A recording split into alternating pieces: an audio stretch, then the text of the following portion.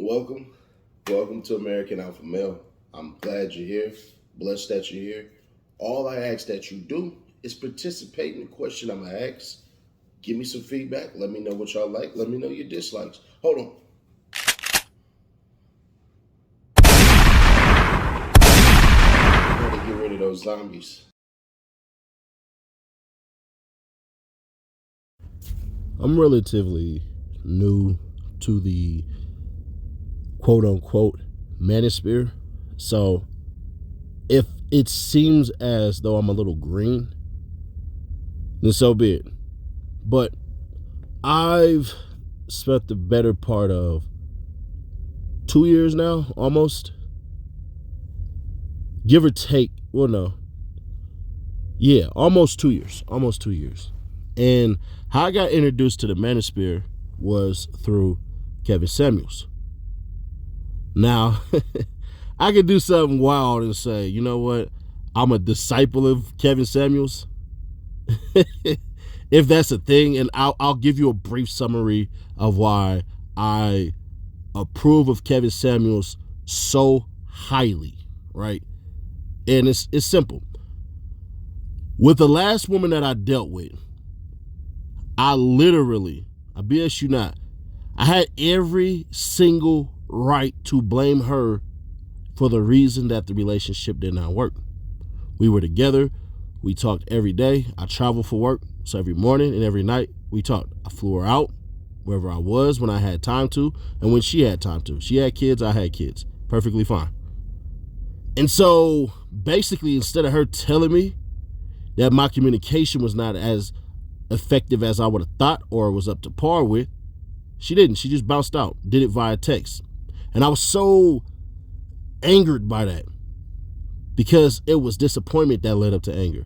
Because what she told me was I would never break up with somebody via text message. We'll have it out, face to face. So I thought, if anything, if she ever wanted to break up, I could call it out face to face. But I had a weird feeling in the pit of my stomach a week before it happened that she was leaving. And she ultimately did. And she did it text message wise and everything like that. And I essentially told everybody who would listen that basically she took everything except for the blame. And before I was with her, I was single for 10 years because I didn't want to have a relationship with a woman, but I would have relations with a woman. I wasn't ready for the responsibility of emotions from another person and to be held responsible for those things. And before me and my ex got together, I had told her, come on, we don't need to do this. She insisted, I agreed. Now, granted, she was a 9, so, when you're super attractive, you are a bit more persuasive than the others just based off of a smile and how you look naked. Let's just keep it all the way authentic. But with all that being said, Kevin Samuels asked the question to a woman,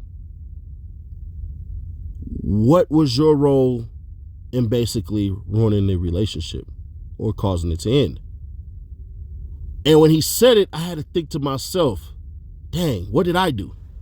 And so I came up with the conclusion that I was cheating on her. Not with a woman. I've never cheated on a woman I've ever been with.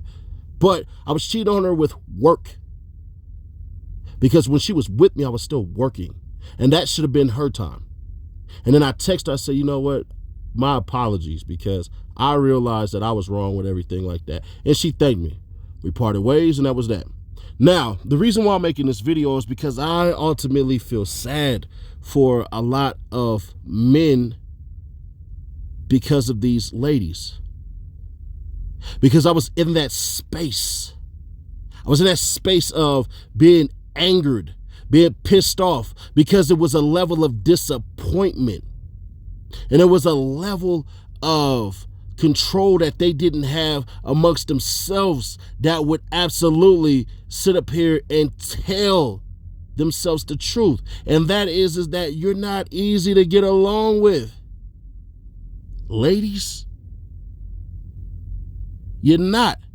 I've been blessed in all actuality. I've been blessed to be an astute observer for the most part, where I can watch what was successful and I can watch what was not. I did a 3-year bid in the clubs learning how to fail and make it look good, and to the point where I was successful, where I was taking women home. I remember sometimes I would take women home and I didn't even sleep with them. I just didn't want to be alone. I'll keep it all the way honest with you guys. But here's the thing. Ladies, I feel bad for these men because they didn't have the game and they're coming pure of heart. I didn't at that time. It was guile. It was basically being cunning and sly, being slick. And these men, unfortunately, they don't want to do that. They rather come with their cards out on the table. Ladies, I have to let you know that y'all scary monsters, whether or not you know it. Saying no to a man is not just a rejection of his advances and his companionship with you. It's a rejection of him as a whole. You don't understand what it takes to get your butt up, walk up to a complete stranger, and within 15 seconds try to charm them to give you a number and a date for a future date. Ladies, if I ask you the question, how many men have you approached to try to get their numbers that you thought was higher caliber within the last month? I guarantee you probably only strike with about 4. For men, it's about 40. And that's just the 40 that if they were going out and everything like that, trying to do that. Nowadays, you have the internet. So now they're shooting their shots again and again and again. So now that 40 becomes internet 40. Dating apps and everything like that. And what they're trying to do is say, pick me. I'm a good guy. I have a career. And part of the problem that we have is society has crapped on men with 9-to-5s. Ladies, in order to get a man like myself, you got to realize you like 4th on the list. Women don't want that. They typically want a man who can come home every single night, give them the licentious acts that they require, and take them out on dates and everything like that, in a vacation or 3 every year. See, in the real world, in the really real world, that's why they say the top 10%, you wouldn't want to live your life like that. Oh man, the 10%ers? No. You rather live on the safe edge and try to get somebody that's in the 90 percentile. Why is that? Because of accountability and accommodations. See, people rarely, if ever, talk about accommodations. They don't talk about how a man can accommodate a woman and enhance her life. It's always for the woman. So I feel sad for these men because, ladies, it's like there's no bevy of women screaming out, hey, I want a 9-to-5, man. And then on top of that, there's no appreciation for men. There's a lying, an absolute lie being told that we are in a patriarchal society. That is a lie. But the more excuses we allow, the more we have to become beat up on ourselves, right? There was a video, and shout out to O'Shea Duke Jackson, that's going a little bit viral, where the man says, he's from the Lapeef Network. I don't really watch it and everything like that, but I've seen him a couple of times. And that's no shade towards them. I just have a million and a half things going. And no offense when I say this, but the SETI Nash platform is far bigger than them. So it requires a lot more of my time. But I digress. But he said, stop protecting women. And the argument was, well, y'all said we equals. Ladies, he has a point. Do I agree with him? Hell no. We're not equals. And I would never tell a woman that you're my equal. Ever. Because you're not. Because if we stood in an arena to do everything that you needed to do, I'd wipe the floor with you. I have an addictive personality. That's why I don't do drugs. I don't stop. I'm relentless and I'm fearless and I'm willing to take risks that a lot of people won't. In retrospect, I'm willing to die for my ideals. A lot of you ladies won't. And that's perfectly fine. You don't need those skills. Those skills are for men. But I feel bad for these men because they're giving up. I'm trying to create a coalition, an alpha army of men to stay here in America and pick our American women. This platform is not built off of black plight. It's built off of American plight because I have a ton of Hispanic, white, Asian, and Indian friends who are saying the same thing. What the hell is happening to our women? Why do they want to be men? No offense when I say this to the LGBTQIA plus community. We are not gay. We don't want masculine women. And those who typically do want masculine women are women who consider themselves lesbian. And any men that typically want something masculine, they're gay men. And that's all right for them over there, but over here, we are straight men. So I look at these things and I have to go, golly, what are we doing here? These passport bros, this is not going away. This is going to be a wave. When y'all go over there, all brusky and bold and everything like that, y'all get a check real soon. That, hey, you ain't in America. You want a patriarchal society, go visit one of those Middle Eastern societies where you bet not be outside without a man, or you be thrown in jail, or better yet, beaten. Oh, and America ain't coming to save you, by the way, because you didn't study laws and customs. That is your fault. There's a reporter, and you can go look it up. Whole ass white woman. Not anything racist intent, but we know a lot of white women bold as hell, wearing a hijab and everything like that. They told her, hey, get your ass on that sidewalk.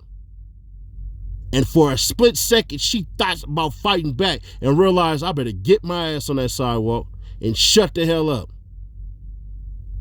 Now, obviously, I don't agree with stuff like that. We ain't telling our women shut the hell up. Though sometimes it would be nice. But either way that goes, I feel sorry for these men because, ladies, the power's within you. The most brutalized being on this earth is a man. All the violent crime, it's about 83% of violent crime happens to men. It don't happen to women. It doesn't. And I'm not saying that, hey, man, violent crime doesn't happen towards women. Nah, it does. It absolutely does. Now, we do have sometimes where stuff gets obscured by the media because if it bleeds, it leads. So brutality and drugs are always going to take the very first freaking story that drops in the news. Quick example. Right now, they're talking about rainbow-colored fentanyl. It pains me to say this, but it truly doesn't. That is not a thing that is going to hit your kids. Drugs are expensive. When I was a kid, they were talking about heroin needles and crack and weed all in our candy. Never, not once did I ever meet a kid who had that. Not one time, because drugs are expensive. Do you understand the mindset that a drug dealer has to have? He would have to have a whole sweatshop of drug workers who fix up drugs and just pass them off, and then hope that the kid gets so hooked up on smack and returns to the dealer, but you won't even know who the hell the dealer is.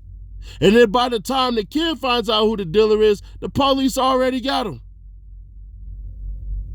So no, ladies, these men are starting to leave.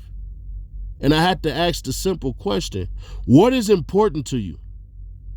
Is it companionship? Or is it your identity of masculinity? I have to ask that question because at certain times, I don't feel like it's asked enough. Ladies, let me ask you this simple question as well. Have you ever asked a man what it's like to be a man and listened? Have you sat there and asked a man what it's like being him? How he would like to be treated? Does he ever feel appreciated? Does he truly know what love is? Not the love that people like me created to sell you things, but true love, affection. And the answer will baffle you because, like I told you on a previous video, there's typically 3 types of guys. Too private to admit it, not thoughtful enough to think it, and ain't articulate enough to speak it. And with that being said, we had to look at these men these days and go, bro, I fear for you. Because it seems like if you don't get your money up, you're going to be alone. Every man is not going to be a passport bro. I've been blessed. I have height. I have straight teeth. I have brown eyes. I got long hair. Hell, I got muscles. Forget the stomach pudge. Hey, all right. But that's due to my job. I ain't started getting that until I was 26 years old. Other than that, I was in great shape. And yeah, I was a charmer and a ladies' man. I do know game. And I know about 80% of game is all in confidence. But in order to be confident, you have to be competent. So you got to stack a couple of wins. So ladies, I ask you the simple question. Do you really love men? Or do you love yourself? Because more and more, I'm finding out that a lot of men are not loved, don't know what love is, but are constantly looking for it. And this isn't absolving all men, but I'm talking about the men, not the dudes and not the boys. Well, we can include the dudes in this one. I'm not talking about the boys. I'm not talking about the me ass dudes, the me ass boys. I'm not talking about them. They don't qualify. I'm not talking to them. But I'm talking to the men with the 9 to 5s who want to find love. Can you do that? Thank you.